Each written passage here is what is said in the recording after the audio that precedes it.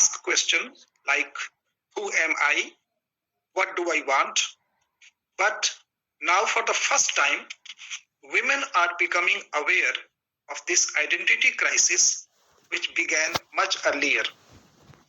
Freedom declares, I quote, for women as for men, the need for self-fulfillment, autonomy, self-realization, independence, individuality, self-actualization is as important as the sexual need.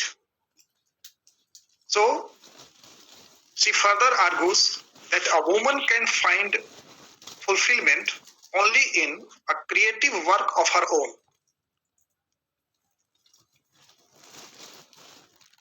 Then comes the year 1969. This was the year when Kate Millett came up with her book, Sexual Politics. She describes the relation between the sexes as basically political. It is an arrangement whereby one group of person is controlled by another. Millett believes that patriarchy imposed strict fidelity and subservience to women. Like other militant feminists, she also discourages a small family consisting of parents and children. Millett thinks that one of the aims of freeing women is to free them from immemorial subordination, which in the process can bring us a great deal closer to humanity. The study of these writers puts before us the basic question, what do feminists want? The feminists want a humanist and unprejudiced attitude towards women. I repeat, feminists want a humanist and unprejudiced attitude towards women.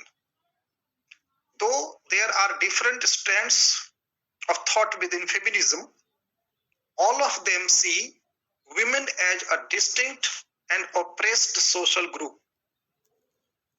They may use different vocabularies and concepts, but their analysis of women's problems is essentially the same. All of them believe that breaking down male and female stereotypes and giving women equality is the only way to a better world. The feminists also aim at bringing about a moral revolution for the betterment of the world and seek more meaningful relationships between the two sexes based on trust and companionship rather than on power politics where one sex dominates the other. So this is what we can say about the women's attitude towards life. Life is not to be dominated or to dominate one another. Life is to get closer to the realities, find solution to the problems based on mutual trust and love. So these are the things which are attributed to feminism, feminist concepts, and feminist ideologies. If we come to creative writing, literary output, we will have to study certain Indian women writers. Indian women writers like Kamala Markandeya, Nayanthara Sehgal, Anita Desai, Shashi Deshpande, and most recently Arundhati Roy. But the literary output started by women writers appeared far back.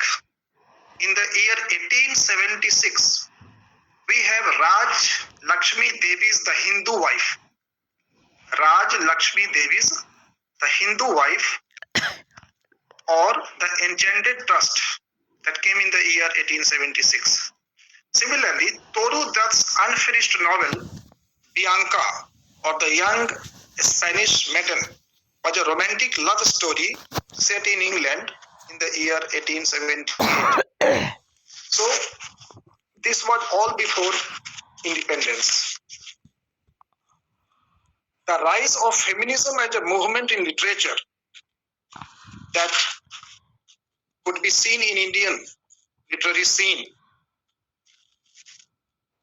was after 1947, that is post-independence era. The women novelists like Jyotsna Bhattacharjee, Kaveri Bai, Kamala Kapoor, Iqbalunisa Hussain, these writers contributed towards the development of works or novels produced by women writers. Markandeya, Kamala Markandeya, is an outstanding woman novelist writing in English who belonged to the South Indian village before she married an Englishman and settled in England. India was the country of her birth and upbringing, and England that of adoption. Her personal, social, and religious heritage is proved to be touched by her expatriate status. Among her notable novels are Nectar in a Sieve, that appeared in 1954, Some Inner Fury, 1955, Silence of Desire, 1961, Possession, 1963, A Handful of Rice, 1966, The Coffer Dams, 1969, The Nowhere Man, 72, Two Virgins, 1974, The Golden Honeycomb, 1977, and A Pleasure of City, 1982. Her acquaintance with Indian life is as authentic as her understanding of the Englishmen and their character. Endowed with prodigious talent, she is a distinguished novelist on the contemporary literary scene and ranks with eminent novelists like Mulkraj Anand, R.K. Narayan, Raja Rao, Anita Desai, etc. One of the most striking features of Markandeya as a woman novelist is her portrayal of women in relation to the historical, cultural, political, and sociological environment of changing India. Nectar in a Sieve portrays how the wind of industrialization blows across rural India and causes the dislocation of tradition. A Handful of Rice deals with street violence. The Nowhere Man takes up hot and searing subject like the problems of Indian immigrants in racially conscious Britain. The lures and dangers of big cities are detailed in Two Virgins. So, Kamala Markandeya's themes have universal appeal and celebrate contemporary ethos. Markandeya's novels are reflective of the awakened feminine sensibility in modern India as she attempts to project the image of the changing traditional society. The accent in her fiction is on drama of life rather than on the dogma of an ideology in the given context. She has been most successful at her best in dealing with the problems of the educated middle class. Another novelist of repute was Nayanthara Sehgal. Sehgal is, if compared to Kamala Markande or Anita Desai, not a prolific novelist, but she has published 5 novels to her credit. A Time to Be Happy, This Time of Morning, Storm in Chandigarh, The Day in Shadow, and A Situation in New Delhi. These all novels were published between 1958 to 1977. She enjoys a reputation of being a political novelist, as she belonged to the family of Jawaharlal Nehru and has a unique distinction of being the only political novelist of the Indian literary scene. Her work has a strong realistic base and reflects not only her personal values but also the changing values of society, exposed for the first time to both freedom and power. तो thank you sir seminar नहीं है thank you seminar Yet another generation. As a novelist, she received praise and recognition all over. तो है आज दी है कुछ 4 लड़कों ने दिया है देखो 90 I, the Peacock and Voices in the City. Bye Bye Blackbird is her third novel dealing with the theme of Indian immigrants abroad in an impressive manner, but it was her fourth novel, Where Shall We Go This Summer, on the theme of husband-wife alienation, that brought her an award for excellence in writing in the category of creative writing for the year 1977. Following the award came her fifth novel, Fire on the Mountain, which gave her international recognition as it won the Winifred Holby Memorial Prize for a regional novel. Sahitya Academy English Language Award for 1978 was also given to this novel. Her next novel, Clear Light of Day, that appeared in 1980, is set in Old Delhi and records the tremendous changes that a Hindu family has gone through since 1947. Anita Desai's recognition as a novelist comes from her sensitive exploration of existential anguish in the life of her tortured characters. Her originality lies in depicting the inner character, her painstaking craftsmanship, and her brilliant poetic language. Desai breaks a new ground in the world of Indian English fiction by shifting the emphasis from the external to the internal world. Her novels delineate the inner lives of hypersensitive women who are in eternal quest for meaningful life. Desai states that all her writing is, I quote, an effort to discover, to underline, and convey the true significance of things. This explains her involvement with her characters. Her protagonists suffer intensely because of their futile attempt to find contact, response, and understanding. Her concern with and search for the causes of human suffering lends intensity and depth to her writing. She paints on a small canvas but succeeds in adding a third dimension to it. In the words of Madhusudan Prasad, she has added to Indian English fiction an existentialist dimension, a lyrical splendor, and a technical richness that were hitherto lacking. Then comes, in the 1970s, Shashi Deshpande.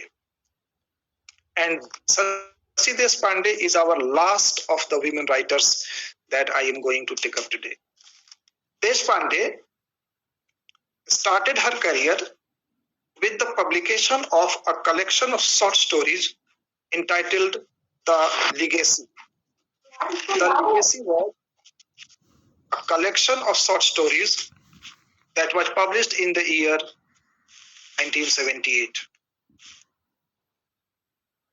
And she developed this story later in a full-length novel titled Dark Holds No Terrors in the year 1980. Through this, she became a full-fledged novelist from a story writer. Though it was published before her first novel, Roots and Shadows, Dark Holds No Terrors was the second novel, but it was published before her first novel. Her other novels are If I Die Today, Come Up and Be Dead, That Long Silence, The Binding Vine, and A Matter of Time. Her Roots and Shadows was awarded the Tirupati Rangamala Prize for the Best Indian Novel of 1982-83. That Long Silence received the Sahitya Academy Award in 1991. Her collection of short stories, The Legacy, is prescribed for the graduate students in Columbia University. The Dark Holds No Terrors has been translated into German and Russian, and the publication of a novel, That Long Silence, by the Virago Press, London, has established Deshpande as a reputed novelist of considerable worth. Her writings are characterized by the racy style of the narration and crisp language. Deshpande proved to be the most powerful piece of writing in the chain of feminist authors in India. She wanted to bring forth in her novels a changed society, but she was so much fascinated by her women characters that she laid more emphasis on women. Woman occupies central place in her fiction, and she herself says that she knows how the women feel.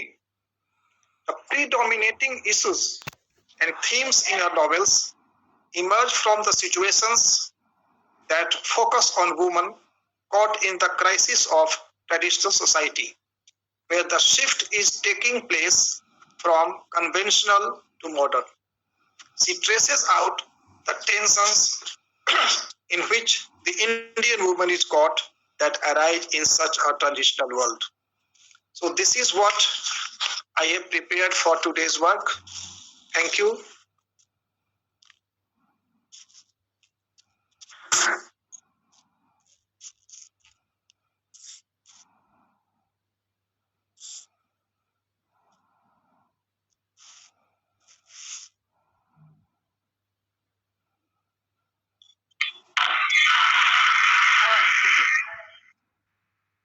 Thank you very much, Akhilesh sir, Dr. Akhilesh sir. Myself, Dr. Pratibha from the Government Girls Degree College. I express my deep sense of gratitude on behalf of our enthusiastic convener, Dr. Vinod Mishra and the Government Girls College, for your wonderful and informative lecture you delivered here. We have just come to know about the three distinguishing terms, the female, which is a biological terms by you. I come to know the feminine and the feminist. We are not knowing the differences between all the three terms, but you very well explain all these terms. And your delivery of lecture, the chronological order of the women writers of India, you delivered very well.